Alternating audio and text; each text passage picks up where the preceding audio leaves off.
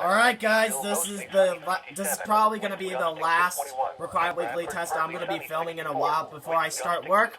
I'm going to be working at Kennywood, so please come and visit me, because I'm going to be a ride operator this year, so I'm just going to try to get this done as quickly as possible. So for you guys, I'm setting this to the highest volume and make my ear rape go possible.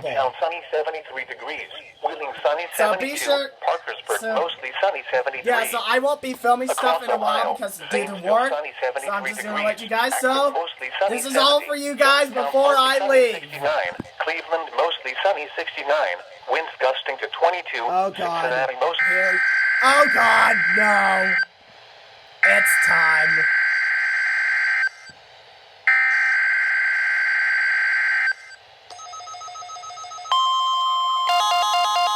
What the?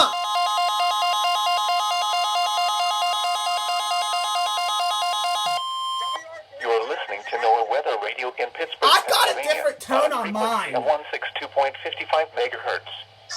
The preceding tone signals were a test of the alarm device at this weather radio station. During potentially dangerous weather situations, specially built receivers will be automatically activated by these tones. Well, I lied. That did not happen. Tests of these receivers are conducted by the National Weather Service between 11 a.m. and 12 noon on each Wednesday.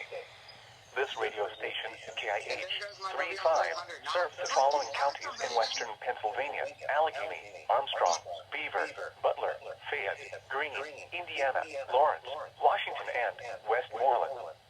And in northern West Virginia, Brooke, Hancock, Marshall, and Ohio. And finally, in east central Ohio, Columbiana County. The National Weather Service now returns to our regular broadcast.